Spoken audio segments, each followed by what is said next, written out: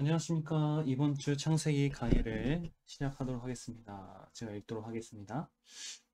땅이 혼돈하고 공허함에 흑암이 깊음이 있고 하나님의 신은 수면에 운행하시니라. 아멘. 어, 지난 주일날 제가 창세기 1장 3절로 넘어가려 간다고 말씀드렸는데 좀 정리를 하다 보니까 조금 더 말씀드릴 게 있어서 오늘은 하나님의 신은 수면에 운행하신다. 즉 하나님의 신이 이 땅에 우리에게 역사하신 하나님이 우리에게 역사하심에 대해서 그러니까 운행하신다. 운행이 곧 역사잖아요. 그러니까 그 하나님의 역사에 대해서 조금만 더 오늘 나누고 다음 주에 3절로 넘어가도록 하겠습니다.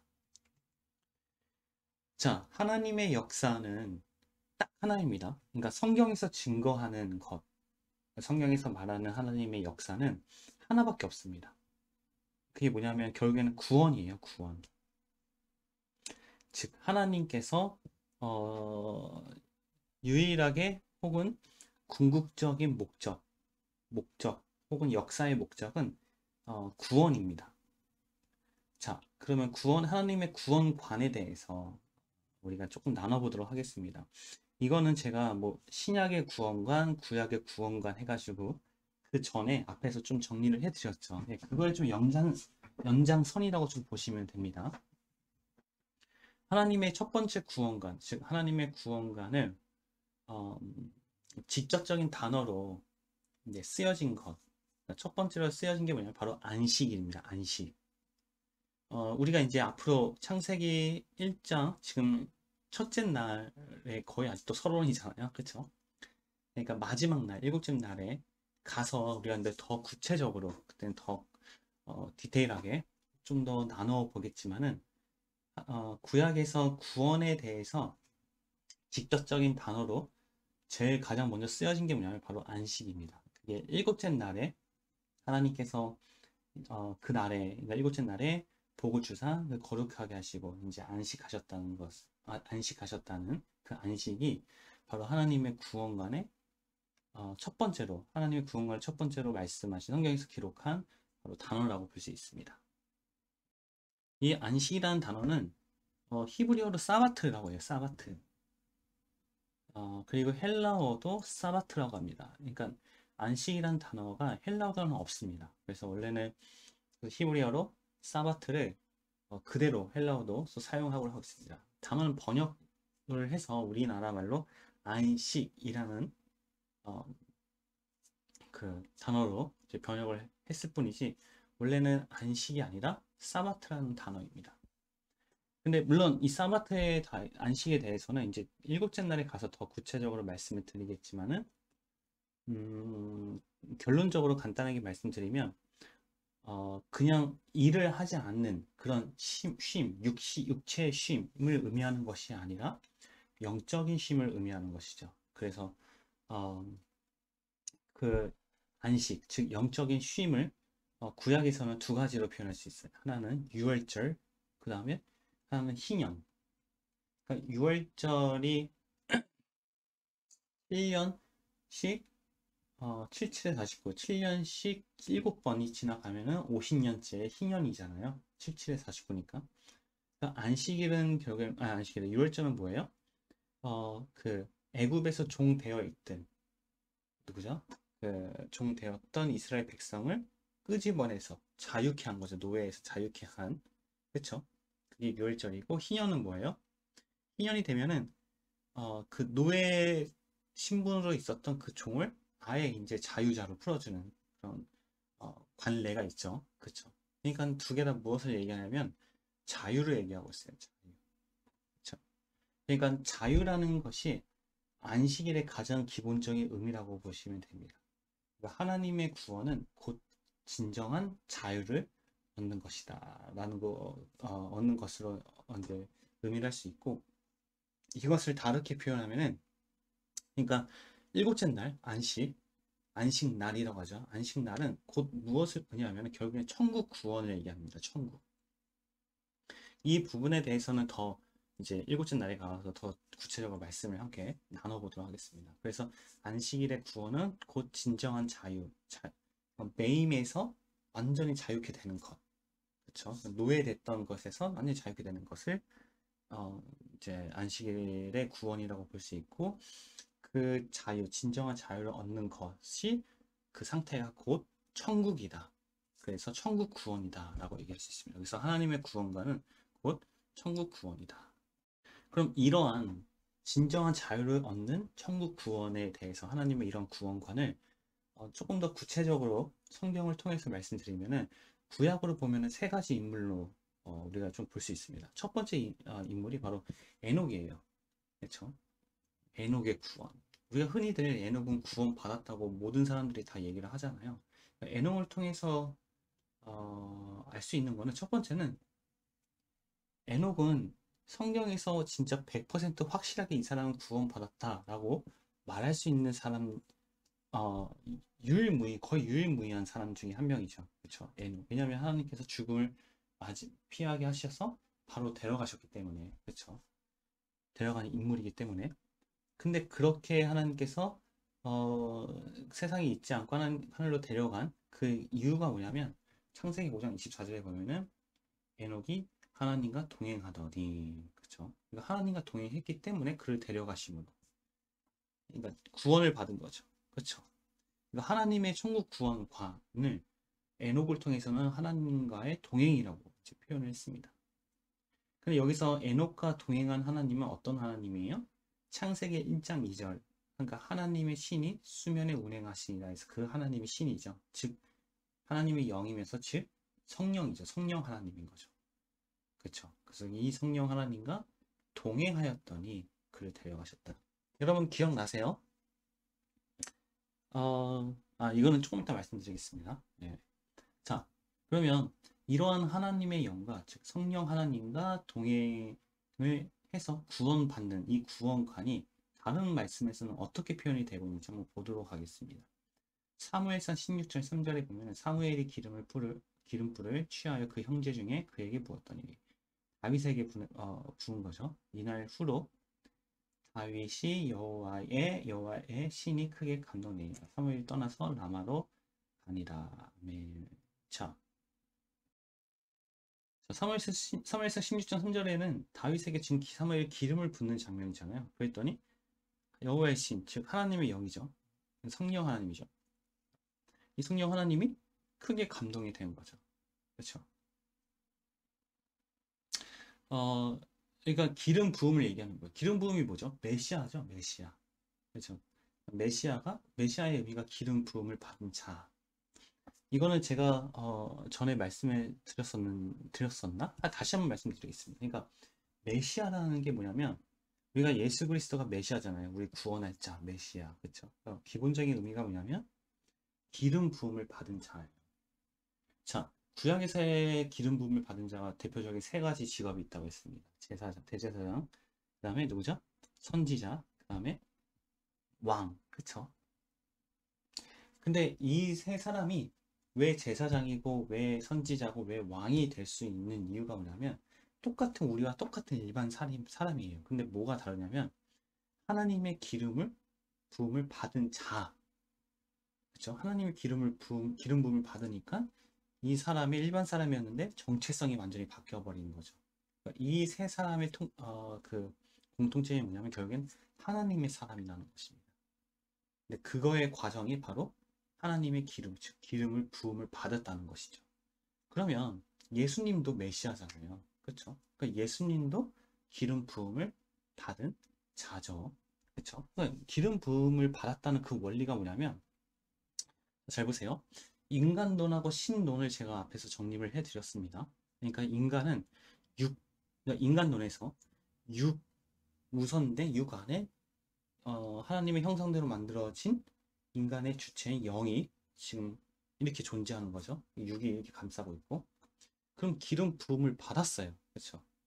그러니까 기름 부음을 받았다는 것은 뭘 받았다는 거죠? 영적 의미로 보면 하나님을 받았다는 것이죠. 하나님의 기름 부음을 받았다는 것은. 그렇죠? 그러니까 하나님을 받았다는 뜻이에요. 누가? 일반 사람이, 그냥 단지 사람이. 그 사람이 하나님을 받아들이니까 이 하나님은 누구에게, 그러니까 이 하나님을 의미하는 이 기름은 결국에는 누구에게 영향을 줘요? 이 육의 인간이 아니라 그 육 안에 있는 주체인, 진짜 주체인 인간의 영에게 영향을 주는 거죠. 그렇죠? 그 인간의 영이 하나님의 기름을 받은 거죠. 그게 바로 메시아라는 것입니다. 그게 바로 이 땅에 오신 예수, 하나님이 이 땅에 오신 육의 인간으로 오신 예수 그리스도라는 의미이기도 합니다. 그렇죠? 자, 그래서 다시 한번 그래서 구원관이 뭐예요? 그래서 하나님의 구원이 뭐예요? 하나님의 기름이 인간의 영으로 완전히 영향을 주는 것, 그러니까 지배를 받는 것, 부음을 받는 것, 그게 바로 하나님의 구원이고, 자, 다시 얘기해서 방금 앞에 정립한 대로는 그게 바로 에녹이 했던 하나님과 동행한 그 구원인 거죠. 그래서 에녹이 하나님과 동행하였다는 의미가 뭐냐면 결국에는 하나님의 부음을 받았다는 거죠. 영적 부음을. 그렇죠? 그렇게 볼 수 있는 것입니다. 자, 이런 또 다른 표현으로는 이사야서 11장 2절에 보면은 그러니까 다윗, 그러니까 누구죠? 다윗의 아버지 이새죠.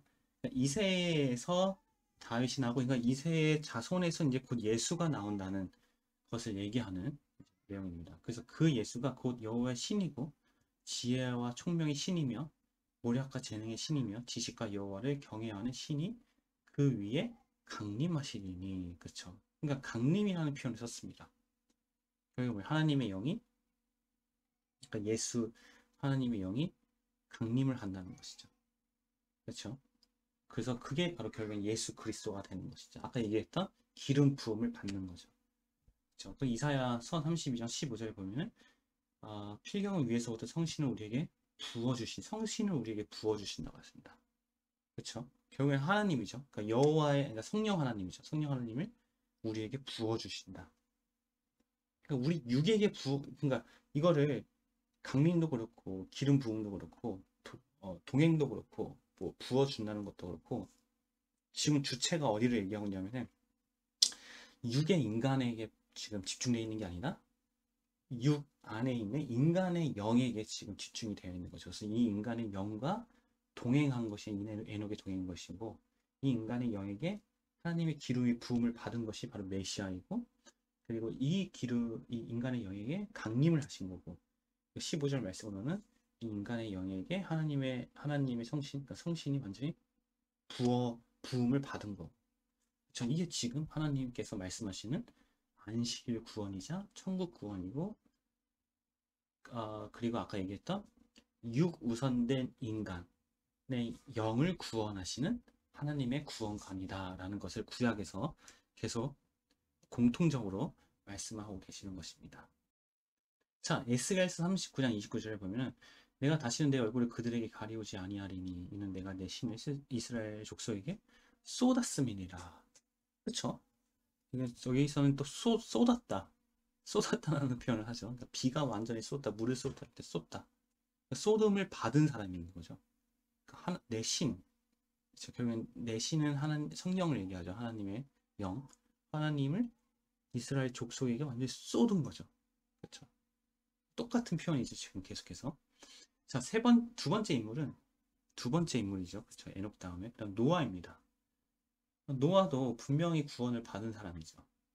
근데 여기서 노아를 통해서 말씀하시는 하나님의 구원관은 의인이라고 얘기하고 당대의 완전한 자라고 얘기합니다. 근데 이 의인이고 당대의 완전한 자라고 하나님께 칭찬을 받을 수 있는 원인이 뭐냐면 창세기 6장 9절에 이것이 너의 족보이라. 노아는 의인이여 당대의 완전한 자라. 그 하나님과 동행하였으며. 그쵸? 하나님과 동행하였으며. 그러니까 에녹이 했던 그 하나님과 동행이 노아에게도 지금 이루어진 거죠. 그러니까 하나님께서 이 노아를 뭐라고 해요? 의인이라고 얘기하죠. 그러니까 당대의 완전한 자라. 그러니까 하나님과 동행했던 사람, 동행한 자, 혹은 앞에서 지금 얘기했던 뭐 기름 부음, 혹은 그쵸, 소돔, 강림, 부음, 그쵸. 그러니까 결국엔 인간의 영이 하나님과 영과 동행했던, 혹은 함께 한 자가 바로 의인이라고, 당대의 완전한 자라고 얘기할 수 있죠. 그러면 이 말이 즉슨 결국엔 노아를 제외한, 혹은 노아 가족을 포함해서 8명을 제외한 모든 전 인류가 다 죽었잖아요. 홍수로 인해서. 그럼 그 말은 뭐예요? 노아를 제외한 다른 모든 사람들은 다 의인이 아니다라는 말이죠. 완전한 자가 아니라는 것입니다. 6장 9절에서 우리가 볼 수 있는 것은 그 사람들은 하나님과 동행하지 않았음을 우리가 볼 수 있죠. 그렇죠? 그 사람들의 상태가 어떤 상태인지 한번 보도록 하겠습니다. 자, 창세기 6장 5절이에요. 여호와께서 사람의 죄악이 세상에 가득한가? 그의 마음으로 생각하는 모든 계획이 항상 악할 뿐임을 보시고. 그러니까 죄가 가득하고 특별히 사람들의 모든 마음이 다 항상 악하다는 것을 말씀하셨습니다. 그렇죠? 그러니까 하나님과 동행한, 그러니까 의인이 아닌 사람들을 얘기하는 건데 어떤 사람이라? 마음에 항상 악이 가득한 사람들. 그렇죠? 이 사람을 의인이 아니라는 거죠. 결국은 뭐 악인이란 뜻이죠. 그러면 6장 5절에서 말하는 이 항상 악할 뿐, 이것의 원인이 뭐냐면 6장 4절이죠. 나의 영이, 그러니까 하나님의 영이 사람과 함께하지 아니하기 때문에. 그렇죠? 결국엔 뭐 여기서 얘기했던 하나님과 동행하지 않았기 때문에. 지금 쭉 이어지죠. 다 연결이 되죠. 그렇죠? 이게 바로 하나님의 구원관이라는 것입니다. 근데 이런 사람을 육신이라고 얘기하죠. 여기서는 뭐 번역을 육신이라고 얘기했지만은 좋게 얘기해서 육신이지 그냥 있는 그대로 얘기하면 고깃덩이다 뭐 이런 말이랑 똑같습니다. 삼겹살이다 뭐 소고기다 그냥 고깃덩이로 보는 거예요. 고깃덩이로. 그래서 하나님께서 인간 자체를 인간 하나의 뭐 생명이 있는 귀한 존재로 여기는 것이 아니라 그냥 고깃덩이로 여기기 때문에 당연히 노아의 홍수를 통해서 물로 다 쓸어버리는 거죠. 그렇죠? 왜 이런 그래서 그 죽은 자가 죽은 자를 장사케 하시고라는 그 복음서에서 말씀하신 예수님께서 결국은 죽은 자로 보는 것이죠. 어떤 사람? 영원히 사람과 함께하지 않은 사람. 그렇죠? 자, 다음. 자, 세 번째 인물이에요. 바로 아브라함입니다. 아브라함의 구원을 한번 살펴보도록 하겠습니다.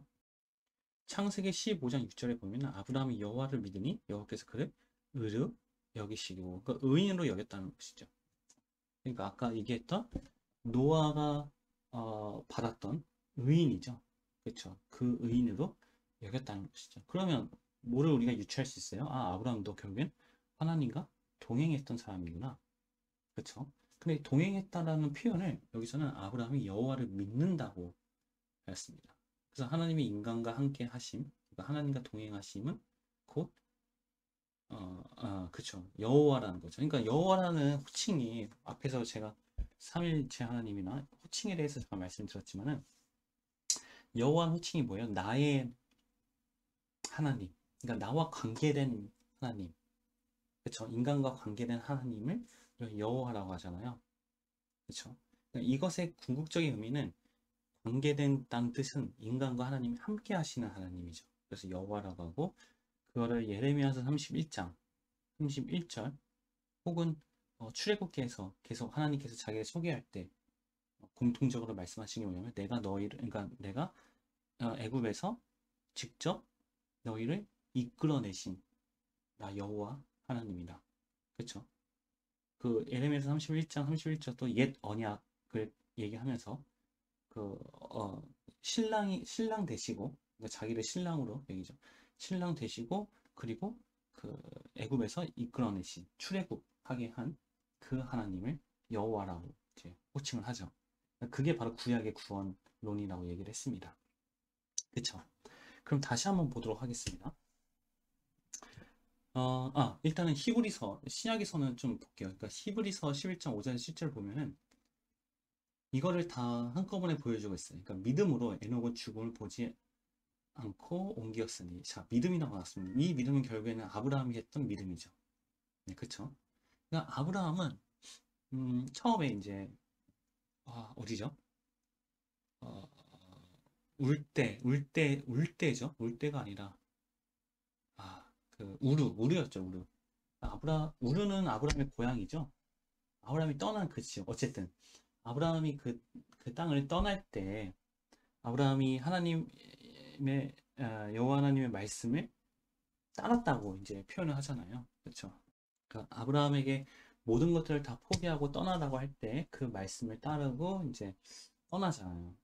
그러니까 그 말씀을 따랐다는 것은 자, 정확하게 얘기하면 하나님의 말씀을 따른 것이 아니라 하나님을 따른 것이죠. 그렇죠? 예. 그래서 여호와 하나님, 그러니까 아브라함이 여호와의 말씀을 믿는 게 아니라 여호와를 믿었으니 그러니까 여호와 자체, 하나님 자체를 믿은 것이 바로 아브라함의 믿음입니다. 그쵸? 무슨 말인지 알겠죠? 물론 말씀이 곧 하나님이지만은, 그러니까 적어도 무엇을 강조하고 싶은 것이냐면 하나님과 아브라함의 그 중간에 어떤 중간체에 집중을 한 것이 아니라 하나님께 집중을 했던, 하나님 자체를 믿었던 그 아브라함의 믿음이 바로 믿음이죠. 그 믿음으로 에녹은 죽음을 보지 않았다고 했습니다. 그러니까 이 믿음이 결국에 하나님과 동행한 것이죠.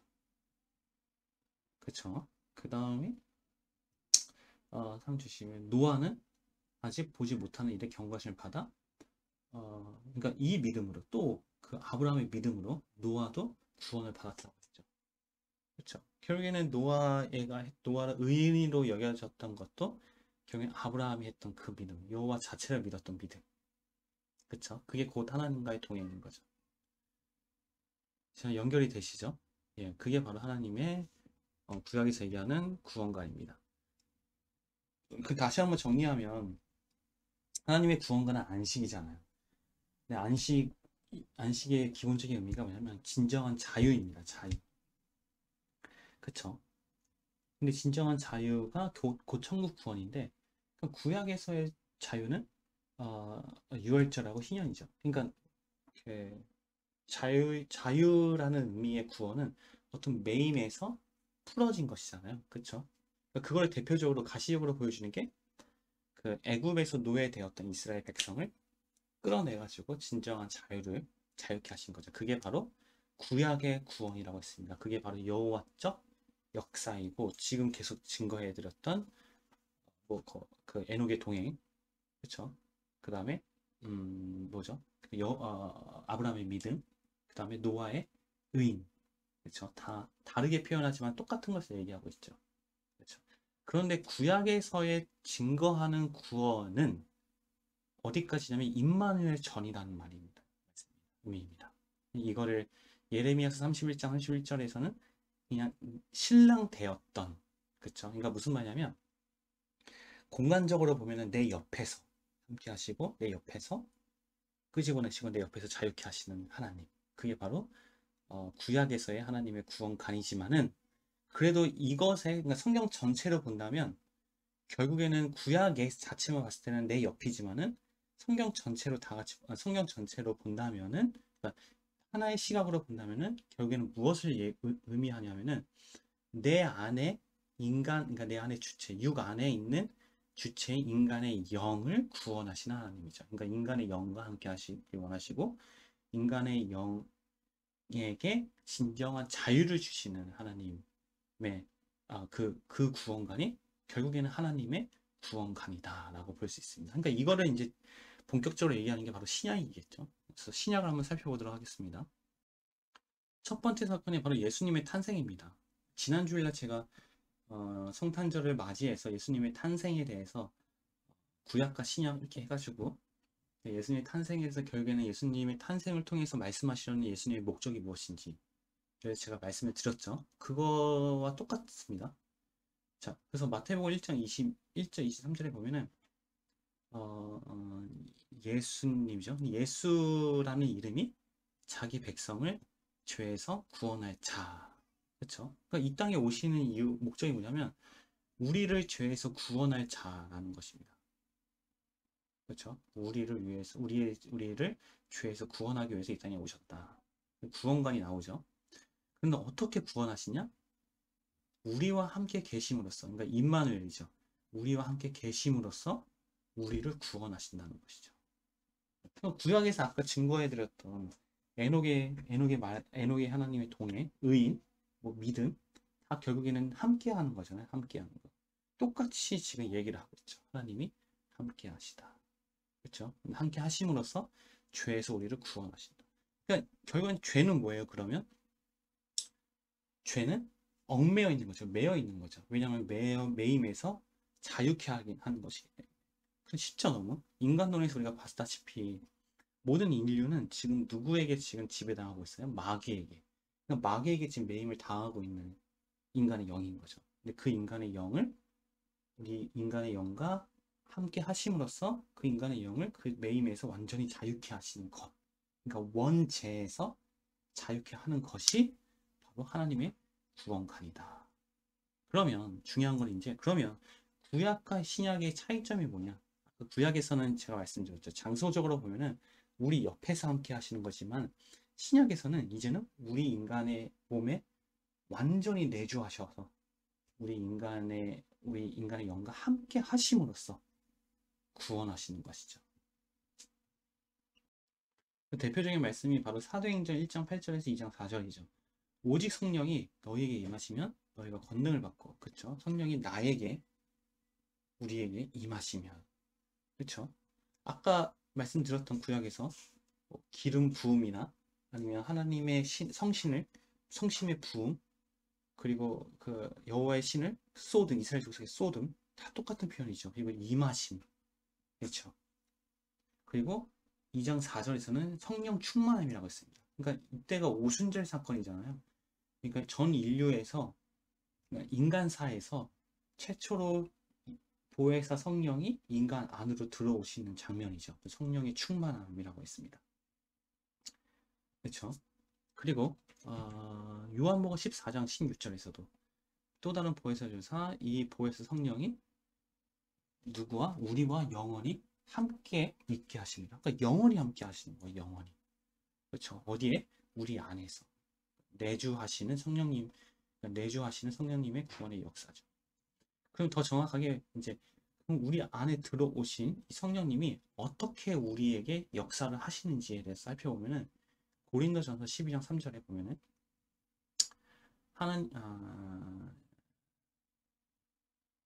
자, 성령으로 아니하고는 누구든지 예수를 주시라 할 수 없느니라. 무슨 말이냐면 예수님은 나의 주인이십니다. 혹은 예수님이 나의 주인됨. 우리가 지금 예수님의 주인됨을 많이 강조하고 있잖아요. 그렇죠?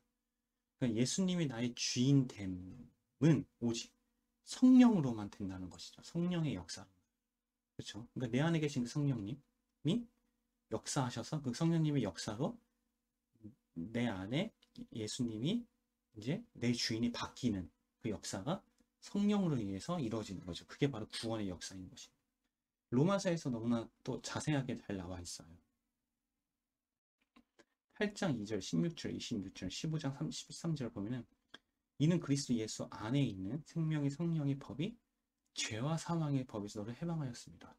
너무나 잘 나와 있죠. 그러니까 내 안에 있는, 그러니까 그리스도 예수 안에 있는 그 생명의 그 성령, 그 성령이 저 어디 있어요? 내 안에 있잖아요. 그 성령의 법이 사망의 법에서, 그러니까 마귀의 법에서 나를 자유케 한다는 거예요.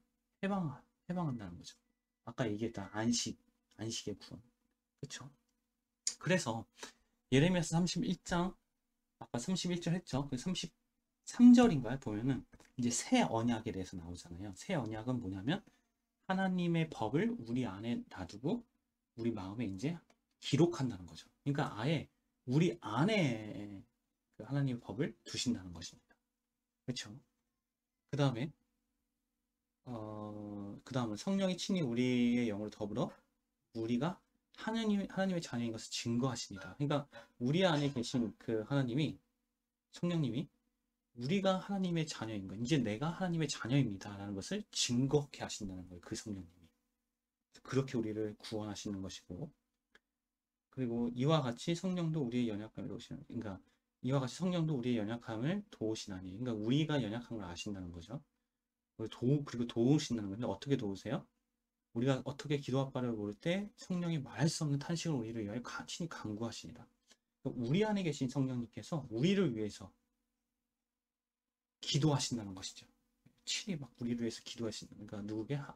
하나님 아버지께 우리를 위해서. 우리를 위해서 뭘 구하겠어요? 그렇죠? 우리의 구원을 위해서 기도를 하시겠죠. 이게 바로 성령님의 직접 우리 안에서의 구원의 역사라는 것입니다. 로마서 15장 13절에 보면은 소망의 하나님이 기쁨과 평강을 믿음 안에서 너희에게 충만케 하사. 그렇죠? 그러니까 하나님이 우리에게 기쁨과 평안감을 충만케 하는 거죠. 충만케 하고 성령의 능력으로 우리 소망이 넘치기를 원하다. 그러니까 우리 안에서 어떤 기쁨과 평안과 소망이라는 것은 결국에는 누구에 의해서 우리 안에 계신 성령님에 의해서 우리가 그 소망이 넘친다는 것입니다. 그러니까 우리가 하는 것이 아니라 우리 안에 계신 주님이. 그렇죠? 요한계시록 3장 20절에 보면은 내 음성을 듣고 문을 열면, 내 마음의 문을 열면 그 주님이 내 안으로 들어와서 우리와 더불어 먹고 우리도 더불어 먹으리라. 우리가 같이 살아주신다는 것이죠. 그게 바로 하나님이 직접적으로 우리 안에 들어오셔서 우리에게 하시는 구원의 역사라는 것입니다. 그리고 지금까지 얘기했던 이 구원의 역사를 가장 잘 표현해주는 의식이 바로 세족식입니다. 제가 세족식을 전에도 말씀드렸습니다. 그러니까 성찬식을 거친, 그러니까 성찬식은 결국엔 하나님이 우리 안에 내주하셔서 내주하시는 것, 그렇죠? 그것을 의미하는 거라면은 세족식은 우리 안에 내주하신 그 하나님이 어떻게 우리와 살아가시는지, 즉 더러운 우리 발을 씻기시는 것 같이 매일매일 우리의 죄, 그러니까 정확히 얘기하면 우리의 원죄를 자기가 다 뒤집어 쓰시면서 씻어주시는, 그렇죠? 그렇게 우리와 살아주시는 것이 바로 보혜사 성령이 내주하신 보혜사 성령님이시고, 그거를 가시적으로 보여주는 게 바로 세족식입니다. 그래서 제가 말씀을 드렸습니다. 그래서 다시 정리하면은 결국에는 뭐예요? 안식, 그러니까 하나님의 구원과는 안식, 곧 천국 구원, 곧 육신 우선된 인간의 영을 구원하는 거고, 곧 이게 하나님과의 동행이고, 그리고 노아의 의인이고, 아브라함의 믿음이자 보혜사 성령의 구원, 즉 오순절 사건, 사도행전 2장 4절의 역사 구원인 것입니다. 이제 끝났네요. 그렇죠? 그래서 이게 바로 하나님의 신이 수면 위에서 운행하시는, 그렇죠? 하나님의 신이 하나님의 신을 운행하신다, 그 역사하신다라는 것이, 그러니까 운행하신다, 그런 게 브리딩이잖아요. 그냥 브리딩이 뭐예요? 그 새가 알을 품는다는 것이죠. 그러니까 결국에는 하나님의 역사인 거죠. 그것의 가장 궁극적인 역사, 그것의 가장 기본적인 의미이자 결국엔 전부 의미인 것이 바로 하나님의 구원관인데, 하나님의 구원관이 구약과 신약에서 어떻게 지금 하나님께서 증거를 하고 계시는지를 한번 살펴봤습니다. 자, 오늘로서 진짜 창세기 1장 2절을 끝내도록 할게요. 네. 네, 그러면 안녕.